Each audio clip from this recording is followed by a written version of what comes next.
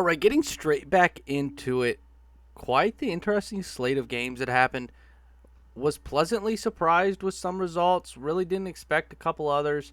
Wild card was wild in general. Starting in the now, the Padres beat the Cardinals in three. The Marlins swept the Cubs. The Dodgers swept the Brewers. The Athletics won in three. The Braves swept the Reds. The Yankees swept. The Rays swept, and the Houston Astros swept. Where do you want to start? Um, for me, the most surprising was Miami sweeping the Cubs. I mean, overall, we only had 2 out of 8 series that didn't end in a sweep. Um, Kind of opposite what I expected. I figured in a 3 game series, everybody going all out, that a lot more of these games would end up 1-1 and have to go to a game 3. But a lot of these higher seeds wrapped it up pretty easily. But yeah, Miami, I was not expecting that. I picked Chicago. I know I said on the last pod that Miami would not win the World Series. I still feel confident in that, but I think that was the most surprising to me. That or Houston sweeping Minnesota. But it's playoff Twins. Do we really expect anything else at this point? Yeah, I heard that one. Really touched on this Miami series. I think it was less the Marlins, more the Cubs. Like, I'm not sure how the Cubs played this bad. I mean, to the fact where Rizzo didn't get a hit, Schwarber didn't get a hit, Chris Bryant didn't get a hit, Baez only got one hit, Bodie didn't get a hit. Like, how do you when your stars play that bad, you're not gonna win series? Mm-mm. Yeah, I mean, they scored 1 run in 2 games. They only gave up 7. They gave up 5 in game 1, lost that game 5-1, and then lost 2-0 on Friday. Darvish pitched well Friday. Uh, Hendricks pitched well Wednesday. It just, yeah, you're not going to win a game scoring 1 run in 2 games. It just won't happen. Yeah, and this is kind of where I wanted to touch on the Cubs. We were talking about this offseason before COVID and everything. There was a lot of interesting suitors in Chris Bryant, and he was a pretty big trade chip on the market here. And they were talking about a lot of big prospect packages going left and right. In his regular season and postseason were horrendously bad. Like, if his name wasn't Chris Bryant and he didn't have an MVP under the belt, he probably would have been sent down to the other training site and or AAA. He's terrible. So what his trade value is absolutely on the floor now. And I'm not even sure that anyone would really trade for Chris Bryant at this point. Like, I think the Cubs missed their window to kind of retool. Yeah, it's going to be hard for them. I still think they have to retool. They've got too much talent to just pack it in and rebuild. Especially talent that's locked up. I mean, they have Darvish on a big deal. They have Rizzo. I forget what his contract is. You've got guys like Hap that are still under team control. Contreras still under team control. But and then even guys like Bryant and Baez who are still going to be on the team next year, unless they're traded. They've got too much talent to not make another go at it. But they've got to retool it. You can't, with the results they got this season and the way their offense was, you can't just run it back with the same guys as they had this year. And they even had guys that, the thing that kills me about the Cubs is it wasn't that they had a couple stars, like the Angels had their stars performed well, Trout, Rendon, and they just didn't have much else. The Cubs got contributions from guys that they weren't expecting to get contributions from, specifically Hap and Jason Hayward quietly had a really good year too. Maybe not quite up to what his contract is, but more than they were expecting out of him at this point. And then you have guys like Bryant, Baez, and Contreras, and even Rizzo to an extent, just kind of falling flat on their face. And honestly, if those four aren't playing well, it doesn't matter what they do. Yeah, absolutely. I'm completely on board with that. It's kind of sad to see what Chris Bryant's turned into. I think Baez could turn it around easily, but like even Bryant's peripherals, his Statcast numbers, they're all absolutely in the gutter right now. To where there's not even like a glimmer of hope for him. He's not hitting for a high average. The pop's gone. The barrel percentage is down. The exit velo is down. Everything has. It's not even been a downward trend. It has been like off a cliff since his MVP season to where, dude, you got to do something with him. He has to figure it out. If the Cubs are going to go, he's going to have to figure it out. But hats off to the Marlins, man. Hats off to the Marlins. 7-0 in their history in playoff series now. some timely hitting more than anything. Aguilar coming up big, Garrett Cooper coming up big. Guys, and we talked about the Marlins coming into this and kind of what they were going to be, what they were going to be this season, and they had a few sneaky pickups here and there, and like Aguilar, you had Corey Dickerson, Jonathan VR, who obviously they moved. You had a bunch of young guys that you really didn't know what much about, but hey, man, they figured out a way to win. They got some older presence there. Hats off. Oh yeah, no, pleasantly surprised by the Marlins. I think they've got a bright future, especially pitching wise. Sixto Sanchez has looked great. Um, they surprised me all season. They continue to surprise me. What's crazy about the Sixto Sanchez piece is Marlins fans already could argue that they have won the JT Realmuto trade just for the sole fact that Sixto Sanchez actually made a contribution in the playoffs. Like, Yeah, it's sooner rather than later. Like, if they were going to argue this, I figured it'd take him 2 to 3 years. He had a good, solid opening, and now he's made more playoff contributions for his team than JT Realmuto has for the Phillies. yeah, and that's not. I mean, you can't really pin that on Realmuto. He's done everything he could the last 2 years. I think this is a case where potentially, I mean, there's still a lot to shake out, but this could work out kind of like in a Aroldis Chapman Gleyber Torres trade, where I think both sides feel good about the trade and would probably run it back if they could. I mean, the Phillies haven't had the playoff success, haven't made it yet, but that's not due to JT Realmuto whatsoever. I mean, at this point, if you're the Marlins, you can't not take that deal. Yep. Yep. But no, hats off to the Marlins. Stick here in the NL. Let's move over to LA and Milwaukee, a series that was just pitiful, in my opinion. Like, it wasn't even competitive, really, for Milwaukee. Milwaukee has a decent game one against Bueller, couple earned runs, but really, we all knew the Dodgers had it pretty much in hand. And then game two, Kershaw comes out and just absolutely shoves 8 innings, 3 hits, 13 Ks, only walks one. And I'm not gonna give the Dodgers too much credit here. I mean, no offense to any Dodgers fans or the Dodgers themselves, but when you're facing a lineup where Jed Gierko is your 3 hitter, a guy that has been a career kind of platoon guy, Ryan Healy's your 4 hitter, Arcia's your 5 hitter, you better win the series. And this is kind of where I get hung up on this playoff formatting, and we can talk about it later down the road. I don't want to hit on it too much, but like the Brewers had no business being in the playoffs this year. It was uncompetitive and really a waste of time. But hey, man, the Dodgers are the Dodgers. They looked really good. Pitching looked good. Hitters looked good. Yeah, it's tough. I mean, I like yeah. I mean, the Dodgers are just so good though that they just weren't going to be. The Brewers weren't going to be competitive against them. You can't really expect that. I honestly, props to the Brewers for keeping the game seemingly as close as they did. I mean, 4-2, 3-0. Those were more competitive than few of the other games. I mean, those were closer than or as close as the Cubs Marlins series. That is true. That is true. The Brewers do have a few guys. I mean, they weren't ever going to win that series, but as big of a juggernaut as the Dodgers were this year, I mean, even if you look at in a normal playoff format, who San Diego would have been San Diego and St. Louis would have been the 2 wild card teams, I think. Mm-hmm. And or no, wait, would it have been? Yeah, San Diego and St. Louis, and I San Diego probably would have put up more of a fight, but that's also a little bit of a different case, I think, because San Diego's clearly better than any team in the NL Central. Yeah. They're a very strong wild card team and a clear division winner if it weren't for the behemoth that is the Dodgers. But I mean, there's only 2 or 3 teams in baseball that can really truly compete with the Dodgers. I like the expanded playoff format. I think it added a lot of intrigue to the wild card round.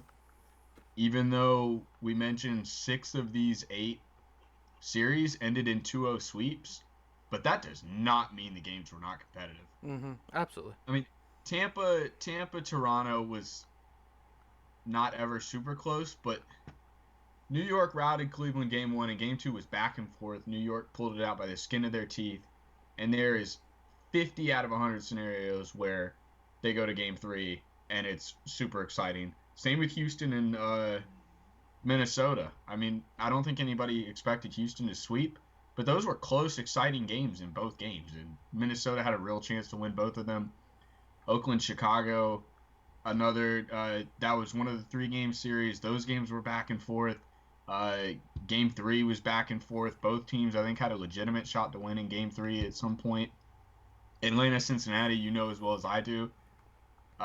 Those were both very close games, and there are scenarios where Cincinnati Mm-hmm. pulls both of those out. Yep. Um, Chicago and Miami wasn't too close. San Diego and St. Louis went to 3 games. Those were fairly good too. Like, you may not see it from some of the series standings, but there were some really good series this week, and I think it was good for baseball. Yeah, that's a fair take. That's a fair take. But let's move it over to that Cincinnati Atlanta series. You talk about a roller coaster of emotions. Oh my goodness. For me, dude, game one, we have to touch on game one. 12 innings, or I guess 12 and a half with no runs scored. Reds choked away, I don't know how many times. They had bases loaded with less than 2 outs and didn't get runs in. Even in the first inning, they had runners on first and third with Joey Votto up. They don't get a single run there with no outs. The Reds absolutely choked game one, especially behind a performance when Bauer goes 7 2/3 with 12 Ks, only gives up 2 hits, doesn't walk a single person. Game one was unbelievable. Dude, you should not be able to strike out 21 times and win a ball game ever. I don't care how many innings it goes. Yet the Braves somehow did, and the Reds struck out 16 times. It was quite the game. Quite the game. Made my eyes bleed though. Very frustrating to watch. My eyes were bleeding, but the Braves somehow pulled that game out despite looking like a little league team facing a college team at the plate. Yeah, no, that was a good series. I mean, Braves game one, 1-0 in the 13th inning, and won game two, 5-0. But if I remember correctly, that game was pretty close for a while. Yeah, they scored 4 in the bottom of the eighth. So that game was 1-0 going into the eighth inning as well. 2 really close games. But man, Cincinnati, you choked away so many opportunities in game one. That just I think it really spoke to how Cincinnati played all year long, because we look at this team on paper and they look like they're better than I would say 26 of the teams in the major leagues just from their like roster.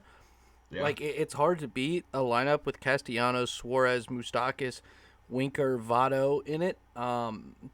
And you think about that, and then they put up 0 runs in 2 games.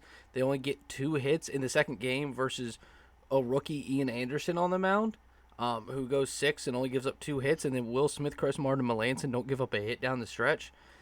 They just looked overmatched. They look terrible, honestly. The Braves didn't look much better, but at least they scored 1 run in one game and scored 5 in another, and it looked like at least a little hint and glimmer that the bats are going to come alive at some point. But the Reds looked pitiful at the plate. I didn't even know what to make of it. Aquino, I didn't even touch on Aquino. He's in that lineup too. Just they are a roller coaster, and they just happen to have a bad offensive. They were on the downhill, I guess. Yeah, I mean, it actually, if you would have told me going into the wild card round that the Brewers were going to score more runs against the Dodgers than the Cubs and the Reds combined in their series, that's ridiculous. Yeah, You know how many runs? You know how many runs Milwaukee scored? what was it? Two. 4? Oh wow, that's bad. Two. That's bad. And they outscored the Cubs and the Reds combined. The Cubs scored 1, the Reds scored 0 in 2 games. They both pitched pretty well. I mean, about as well as you could expect, especially Cincinnati.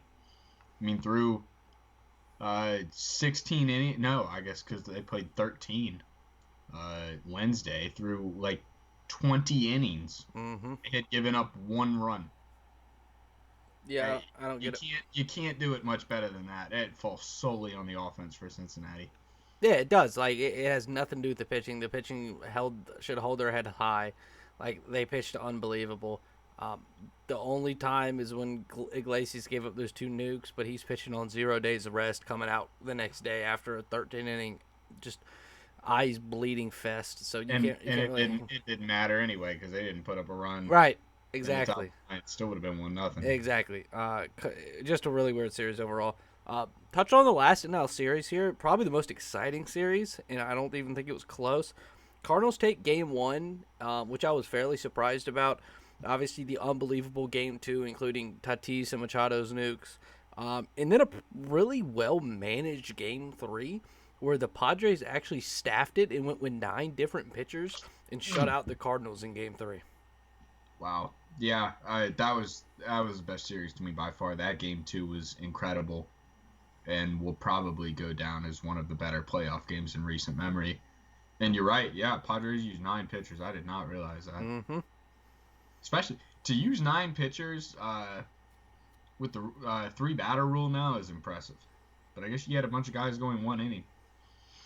Yeah, I think it's a ballsy move with Clevenger out, with Lamet out, for Jace Tingler to really say, you know what, we're gonna give it to Craig Stammen here, and we're just gonna relief it all throughout the game. We're just gonna staff it here, and we're gonna try to win a ball game. And I think that points towards more of the Cardinals' downfalls as well as the Padres' strength. I think the Padres have a pretty deep bullpen, but at the same point, I think the Cardinals have a fairly weak lineup, despite them scoring a decent amount of runs this series. Yeah. So I think it was a great move by Tingler there. But no, game two, unbelievable. Just, oh my gosh, so exciting to They watch. used a ton of pitchers in game two also. They used 9 guys in game two as well. Yeah, I just Despite not technically going with an opener, Zach Davies only made it through 2 innings.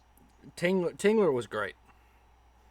Yeah. Without a Yeah. doubt, Tingler was great. I will take back. I mean, in a three games in three. Yeah, no, 3 games in 3 days. To do that, throw 9 guys in back-to-back days on the second and third day of this series, after throwing 8 in game one. Trevor Rosenthal threw, and Emilio Pagan, and Pomeranz, and Pierce Johnson, and I think all of those guys all threw 3 days in a row. Yeah, yeah, they did. But no, that sixth inning, you're coming in that sixth inning in game two, down 6-2. Fernando Tatis hits that huge 3-run shot. Machado follows that up with a tying shot. Next inning, Myers hits another home run, and then Tatis hits another one as well. That was insane. Top of the eighth, Cardinals scratch a couple back, and then Myers goes deep again. This is the Will Myers that we've been waiting for since like 2011, 2012 at this point. A dude who's just going to get up there and just drop nukes out of like the 4-5 hole. Really happy to see Myers come alive here, I would say in the last month or so, and continue that on to the postseason. The Padres lineup is something to be reckoned with. Obviously, I think Clev is coming back for this next series. Padres are scary for the Dodgers. Yeah, no. If Lamet comes back too, I think there's hope that he may be able to pitch this series. That really changes the game for the Padres. You know, I mean, they've shown now that their bullpen can go on short rest, but I don't think that's sustainable. It's just at some point they're going to have some blow-ups. You're going to have some guys that aren't going to be able to make it through an inning, or you're not going to get the innings that you're planning for out of some guys. Man, as good as they pitched, or as well managed as that staff was, I won't say as good as they pitched. They gave up 9 runs in game 2, but as well managed as that staff was, you get Clevenger and Lamet back, who are clearly their best 2 pitchers. It's going to be tough for the Dodgers. They're not getting a good draw there. no, they're not. Meanwhile, on the black side, the Braves are getting a pretty good draw with the Miami Marlins here. We'll get to that in a minute. But last thing, touching on the NL before we move over to the AL, I'm surprised Yadier Molina did not have a mental breakdown watching Tatis and Machado bat flip. I'm really surprised he just didn't start crying and throwing a temper tantrum in the middle of the field. I playing baseball right, yeah. I hate never Yadier let Molina. that go. Dude, I will find any sliver to just to criticize and just poke at Yachty. I hate that dude. But anyways, I had to add it in there. Flipping over to the AL, let's just start in New York, which a series that I didn't expect at all. Shane Bieber gets lit up, and it starts in the first inning with Judge going Oppo Taco. Huge bomb from him, and it just doesn't stop. Bieber ends up giving up 7 earned runs, 9 hits, over 4 2/3. And then the bullpen gets ran through as well. Yankees offense is alive and well. I know Giancarlo went deep twice in the series. LeMahieu looks as good as ever. Voit looks as good as ever. Gio, I said Gio Urshela. He didn't have a bad series, but Gleyber Torres is who I really meant. Had an unbelievable game one. The Yankees look primed and as good as ever.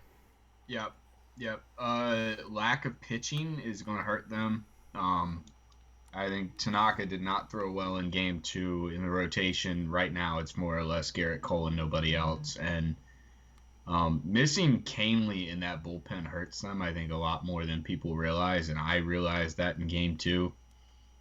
It was getting decisive, and they said Boone's really lost a lot of confidence in Ottavino. He hadn't pitched well this year. He's kind of out of favor in that bullpen. And in the sixth inning, thought was, I mean, the Yankees had the lead. I think it was 5-4 at that point, and they had just pulled Tanaka. He gave up 4 in the first, and then really settled down there after that and gave him a few more solid innings. But I remember Vasgersian talking on the broadcast that Britton, Chad Green, and Chapman are going to have to give them 4 innings. And I don't think that's not sustainable from that point of view. Yankees are going to be stretched thin a little bit pitching-wise, I think, but the offense looks amazing. Double-digit runs each game. If they can get that kind of run support, they won't need pitching. Yeah, exactly. I was about to say that. You don't need but so much pitching when you can put up 10 a game with just blinking. Even with Judge having he had an okay series, he had that bomb, but he did bat 111, short sample size, obviously. So even if he picks it up a little bit, my gosh, this team's going to be unstoppable. Just Yankees look real good. The thing with New York that I think they've got the best lineup in baseball when healthy. I don't know that that's. I mean, no disrespect to the Braves or the Dodgers, but I really believe New York has the best lineup in baseball when they're all healthy. Yeah, that's not a hot take. I'm with you. Okay. And I was kind of proved that this series. You never know who it's going to be. It's not a lineup where, even I feel like, and maybe I'm a little biased here, but even with the Dodgers, I feel like it's Betts, Bellinger, and then kind of who are you going to get it from? I think because of the injuries to Judge and Stanton, the Yankees lineup doesn't look that way anymore. Yeah, you're hoping for contributions from them, but I don't think it's let's get it from Judge and Stanton, and if anybody else can pile on, they can pile on. I mean, I really feel like any night, I mean, you saw it with Urshela hitting the tying home run, or go-ahead grand slam in Game 2. Gleyber Torres, who's played awful all year, went 4 for 4 in Game 1. I mean, legitimately, 1 through 9, they've got guys that can do it, and you don't know who you're going to get it from each night. Yeah, and they're battle tested. Like, we're talking about the Braves, when we're talking about the Braves and even the Dodgers, like, Betts is battle hardened, and, like, he's been there, done that. Belly really hasn't a little bit. Corey Seager really hasn't all that much. Just because both of them one of them's been injured. They're young guys. Like, I don't think they have it all in the postseason yet. And then everyone else, it's like, what are you going to get? Because those are the 3 big guys for the Dodgers. And, like, same with the Braves. Like, you say Freddie Freeman's pretty battle-tested, but then you have Ronald Acuna, who is super young. Marcell Ozuna, who's kind of been there, done that, but, like, not really in the playoffs. And then outside of Freeman on the Braves, I feel like a lot of y'all's guys just haven't had a ton of playoff experience. Well, exactly. That's why they looked absolutely horrendous in this past series. A guy like Duvall, who had like 14 home runs this year, just looked like he was swinging a wet noodle up there at the plate. Because, in that's what sets the Yankees lineup apart from the Dodgers and the Braves right now, is you have a bunch of guys, been there, done that, veterans. In 1 through 9, some guy could go 4 for 5 with 2 home runs and 5 RBIs without blinking an eye. And, like, you're not seeing that from the Dodgers when we're talking about, like, a guy like Will Smith, or from the Braves, like a guy like, I don't know, Austin Riley. Like, you're not going to get that too much. So, yeah, that's what sets the Yankees apart from everyone else. Moving on, looking at the Astros and Twins, my gosh, the Twins, 18 L's in a row, baby. It's a mess. It is a mess in Minnesota. That to not win a playoff series in a while is one thing. To lose 18 straight playoff games is unthinkable. I think Donaldson being out hurt them a little bit, like not a ton. They're But still a better team though, yeah, yeah, for yeah. sure. I just, I like the Minnesota lineup, but their one critique is they're really all or nothing. Like either Yeah. they're gonna hit 7 home runs or they're really not gonna do anything. And the more I look at this lineup, the less I like it, and that's an issue. It's like with the Yankees and the Braves and the Dodgers. The more I like with the lineup, I like it. I start to really like it. The more I look at the Twins lineup, the less I like it. I'm not sure Yeah. why, but there's a lot of big holes in that lineup, a lot of exploitable holes. Like I don't think Arias is all that great of a leadoff hitter. Like he can be solid. Kepler's up and down. Nelson Cruz is about the only big consistent one there is. Eddie Rosario can't hit a lefty to save his life. Miguel Sano is either a strikeout or a home run, and most of the time a strikeout. Alex Kirilloff made his debut in the postseason. Jorge Polanco is up and down. Marwin Gonzalez is up and down. I just the more I look at the Twins, the less I like them. That's really what I have to say. And you're facing, and as much as I don't like to give the Astros credit, when we're talking about battle tested veteran lineups with a lot of stuff, the Astros are the second in the league when it comes down to been there, done that. Yeah, I mean, you look up and down the Astros lineup. Springer been there, Altuve been there, Brantley, Bregman, Kyle Tucker not yet, Gurriel, Correa, Reddick, Maldonado. They've all been there, done that. Mm-hmm. And while they didn't have it on the pitching staff side, as far as battle tested, you saw guys like Framber Valdez come out and pitch tremendously well. And I thought that series was well managed by Dusty Baker, pitching staff wise. I mean, to stick with Valdez there at the end took some guts. It was his game to finish, and to pull Greinke so early in game one also kind of surprised me a little bit, but it worked out on their side. I I think they've got a decent chance against Oakland second round. I did not expect them to beat Minnesota. I think that's pretty inexcusable from the Twins side.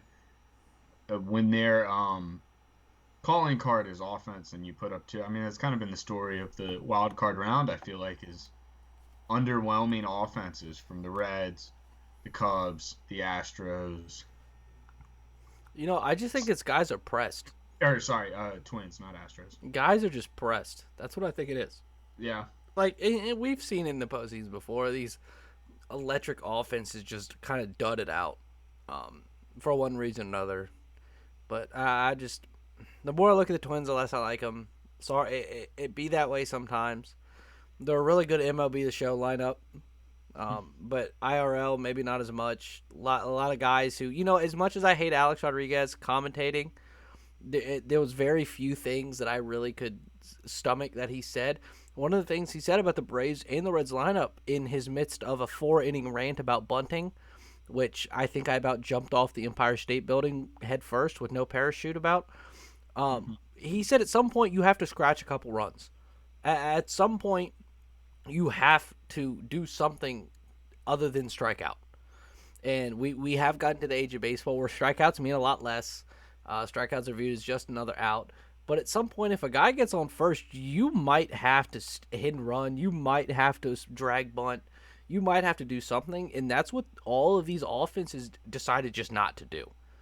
Yeah. Like none. I didn't watch a single game where I really saw any offense try to lay down a push or a drag, try to hit and run, try to get something going when everything else they were already doing wasn't working. I'm all for the 3 outcome, the let it eat, the who cares about a strikeout when it's happening. But when it's in a must-win game and you're in the 7th or 8th inning and you obviously don't have it today, you have to try to make something happen late in games.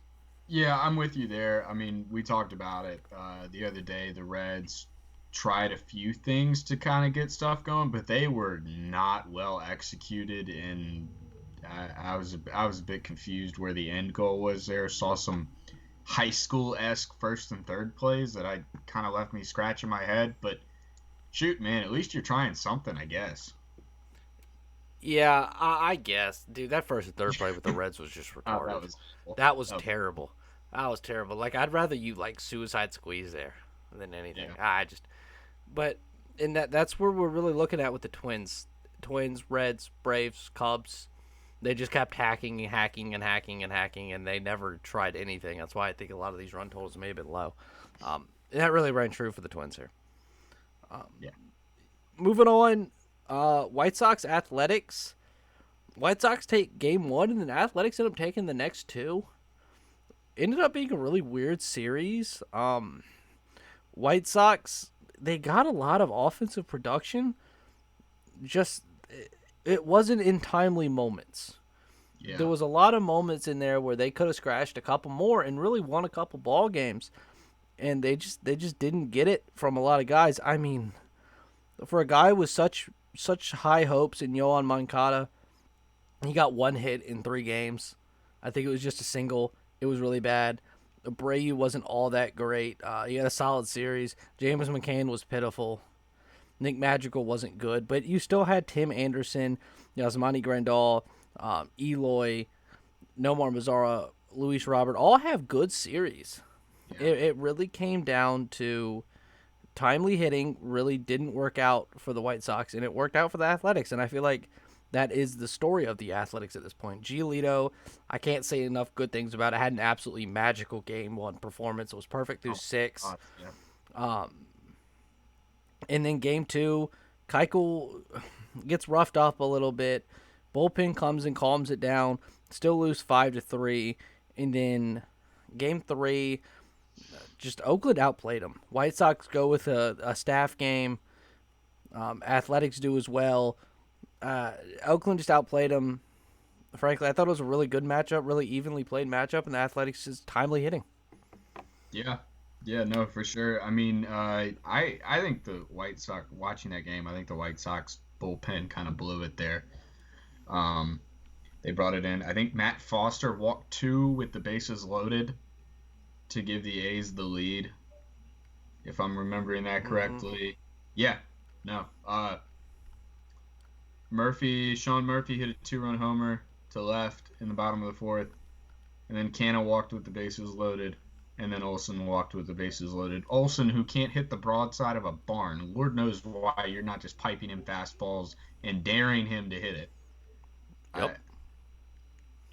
I'm with you on that I know one. you don't give up a grand slam or a double in that situation, but man, you cannot walk in the go-ahead run. I'm with you on that one, 100%. 4th inning for the A's, got the lead back after going down 3-0 in the 3rd, and didn't look back from there. Pinder single in the bottom of the 5th gave him a 6-4 lead after the White Sox tied it, and that was the ball game. I thought that, and I mean the only 2 series to go 2-1 were really 2 of the better series. I think both teams, especially in that White Sox A's series, both teams had multiple chances to really put it away. The White Sox easily could have won that series had they had a couple things go their way. Yeah, exactly. They'll be back, though. I'm fully on board of their roster. I think their offense is great. I think they need a couple pieces in the bullpen and pitching staff, but what team doesn't, especially at their point? There's always room to improve. Yep, I agree. Moving over to the last series. Can we talk about for a second the slide the White Sox had? With a week to go, they were in the 1 seed spot and dropped all the way to 7 just because how close that Central race was between the Twins, the Indians, and the White Sox. I mean, that's it. That late last week's slide is the difference between them playing Toronto or Houston instead of having to play Oakland, who, I mean, for their part, I know we've been kind of bullish on them or bearish on them, but they're the 2 seed for a reason. They've got the pitching, they've got the bullpen. Yeah, you can't have a late slide in September like that. We've seen it, whether it's 162 or 60 like this, it affects teams so much that last month of the year. And I realize W's are W's and L's are L's, whether they come in April or they come in September. But it seems like September swoons really kill teams. Yeah, we've seen it before. It didn't quite push them out. They were kind of locked in just from where they put themselves. But, man, I have to wonder if they would have handled Houston a little bit better than Minnesota did, or if they would have had a little bit easier time against the Jays. Yep. Speaking of the Jays, moving on to our last series here. Tampa just steamrolled them. Like, there's really no other way to put it. Yeah, as expected.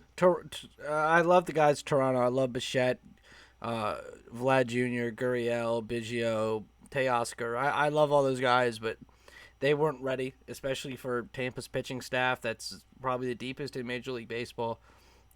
Just unbelievable series from the Rays in general. Glass now looked really good. Snell looked really good. Bullpen looked really good. Can't say enough good things about Tampa. And good for Toronto for getting here. I feel like I would have said the same thing about the Marlins, except the Marlins pulled it out. But yeah, I really don't have much to say here. Tampa just kind of steamrolled them as Tampa should. Yeah, yeah. I mean, Tampa's another team. Compares, I feel like, pretty similar to Oakland. They've got a lot of underrated guys. They, especially with Chapman out for Oakland, they don't necessarily, and Olsen not playing well, and Semien not playing well. They don't have that star in the middle of the lineup. The bullpen's great and underrated. The starting rotation's great. Tampa's a little more refined in the rotation, but they look different from your typical one seed. But man, do they find ways to get it done? Yep, exactly.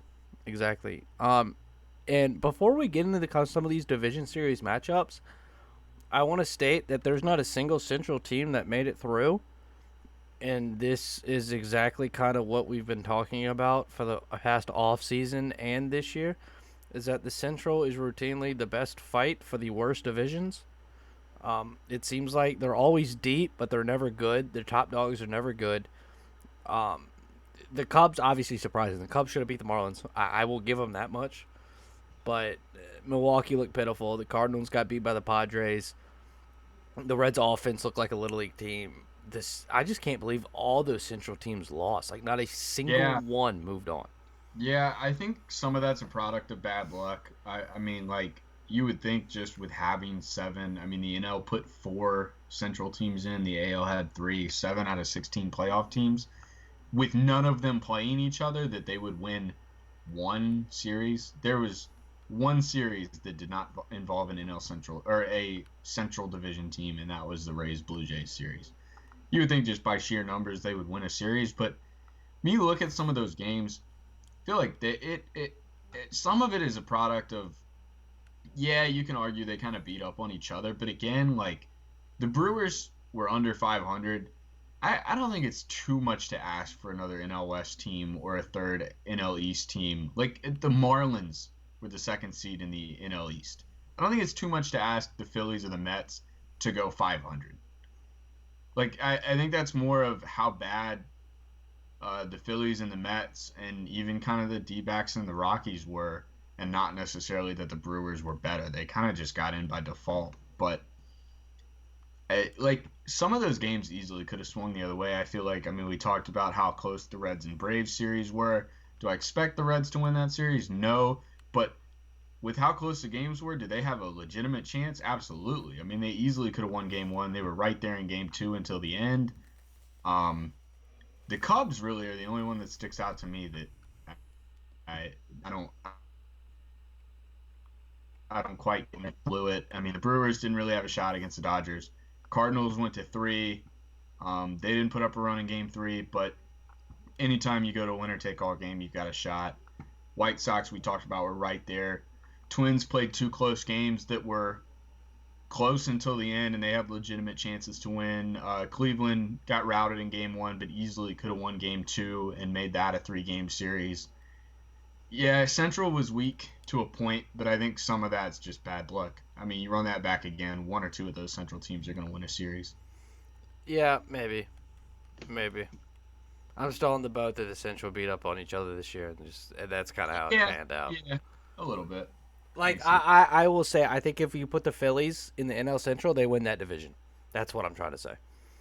That may be me being a little too high on the Phillies and a little too low on the Cubs, which I've, throughout my lifetime, always been really low on the Cubs and a little high on the Phillies. But, like, it's a reasonable take, but in no way I don't think you stick the Cubs in either the East or either in the West in their surefire division contenders.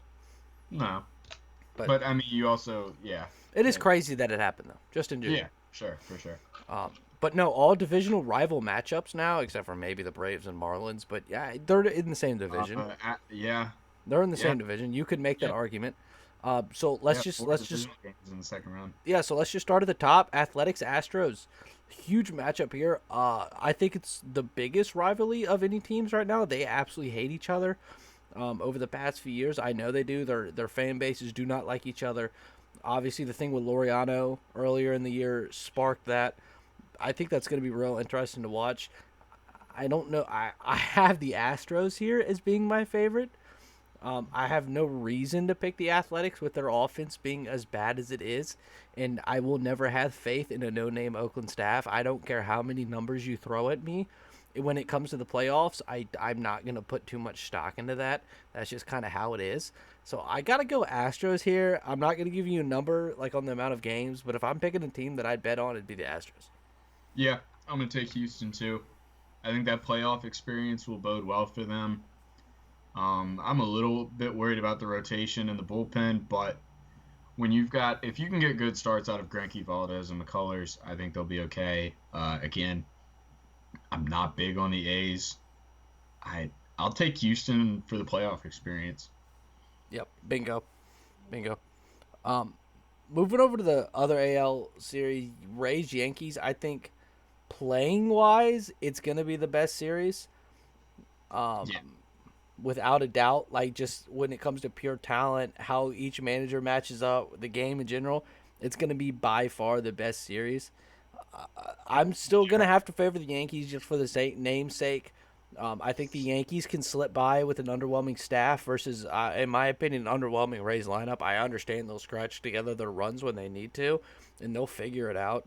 I'm still going to take Garrett Cole and company for the time being, and I think the Yankees lineup is just so good that they're just going to overmatch the Rays pitching staff, and like even as deep as they are, I feel like the Yankees are going to figure out a way to score runs.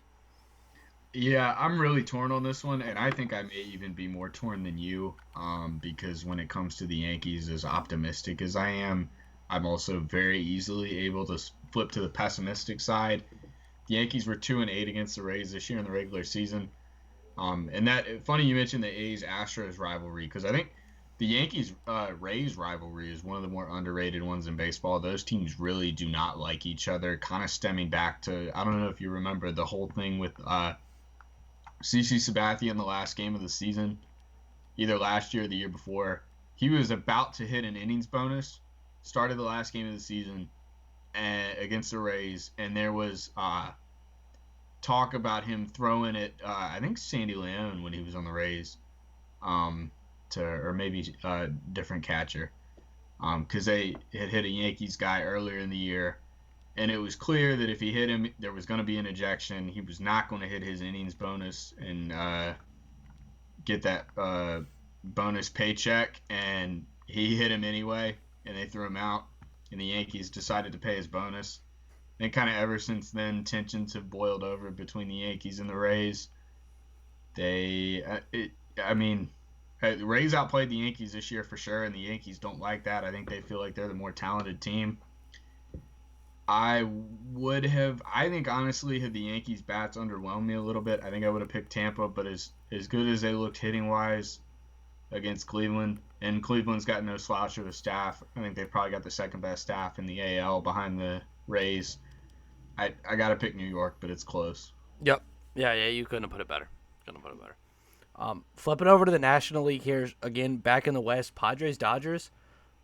Boy, what a good series! It's going to be exciting. It's going to be an exciting series to watch. A lot of fun players here.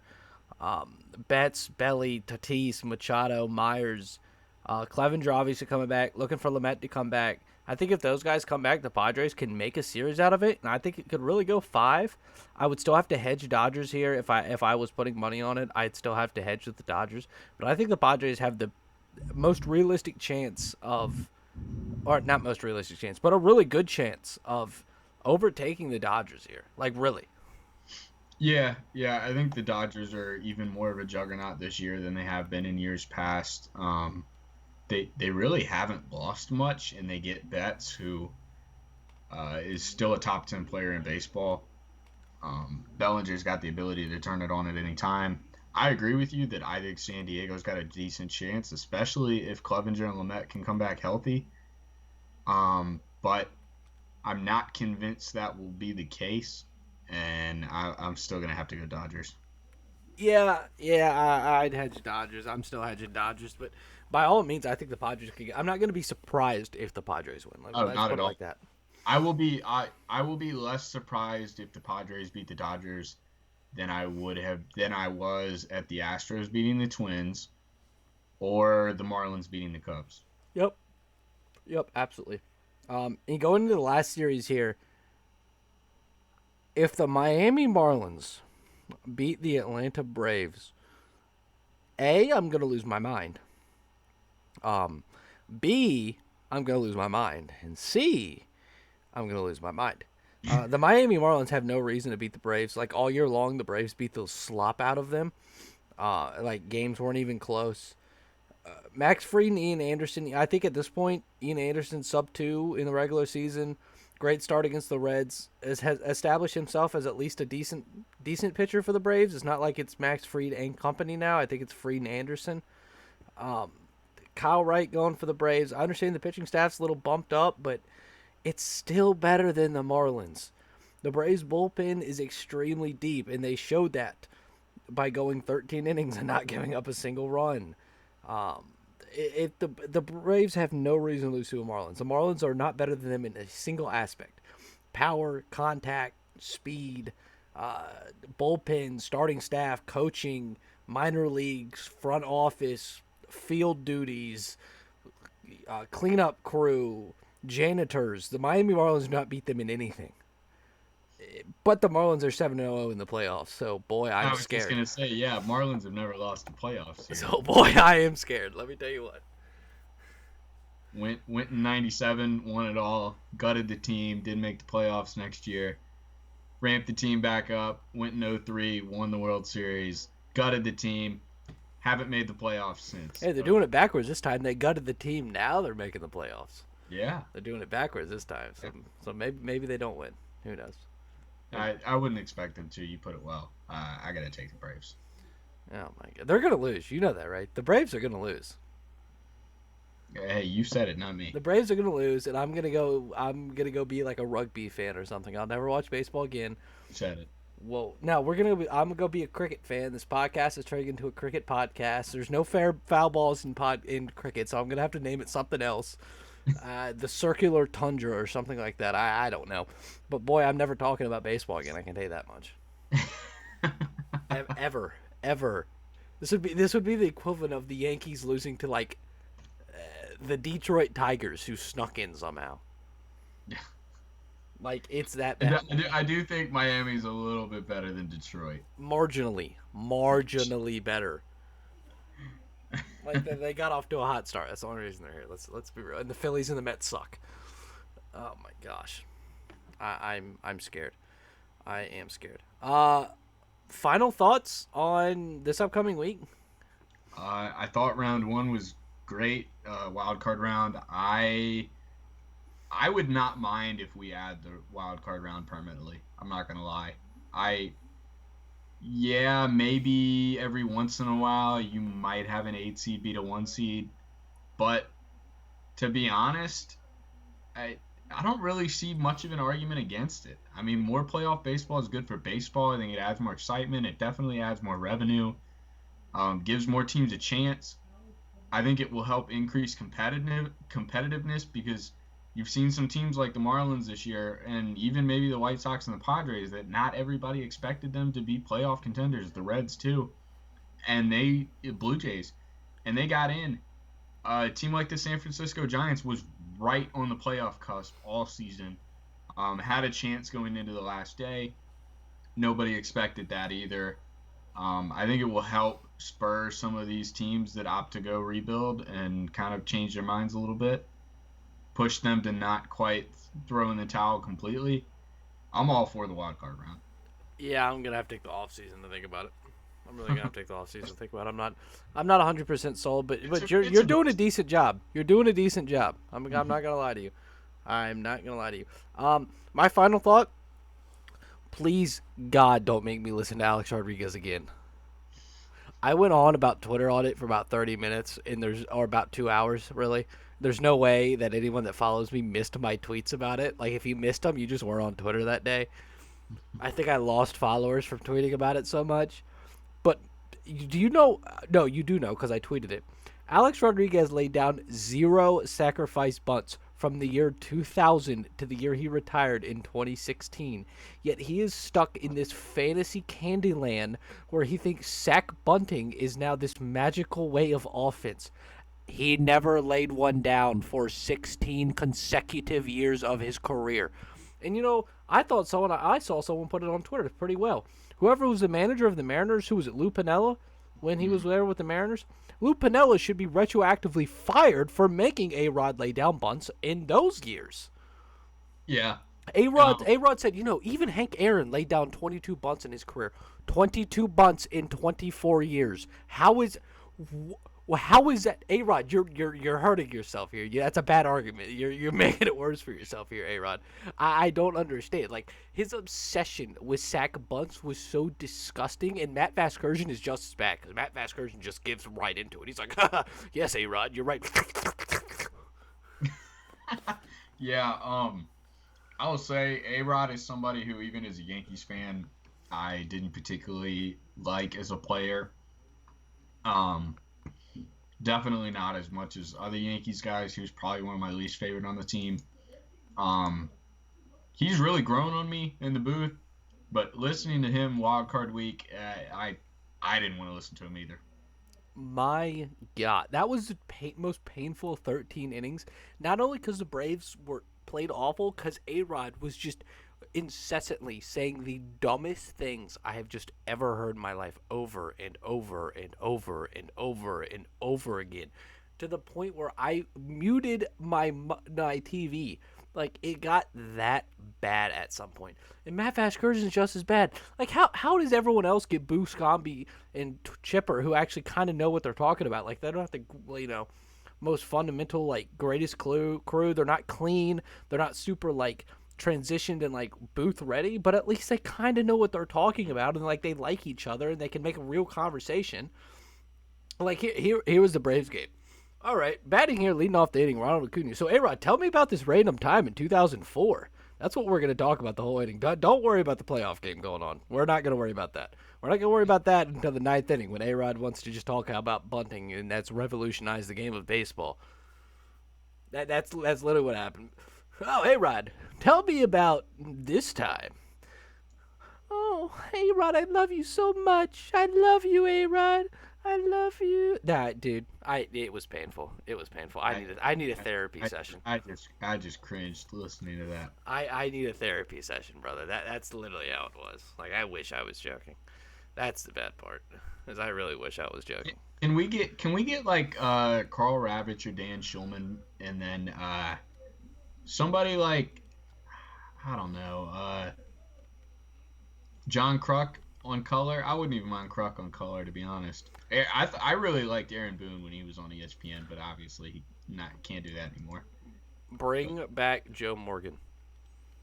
Yeah, that's all I gotta say. Anyone but A-Rod and Matt Vasgersian, because not only do they annoy me on the show, they now have to annoy me in real life. I now have to hear them in real life.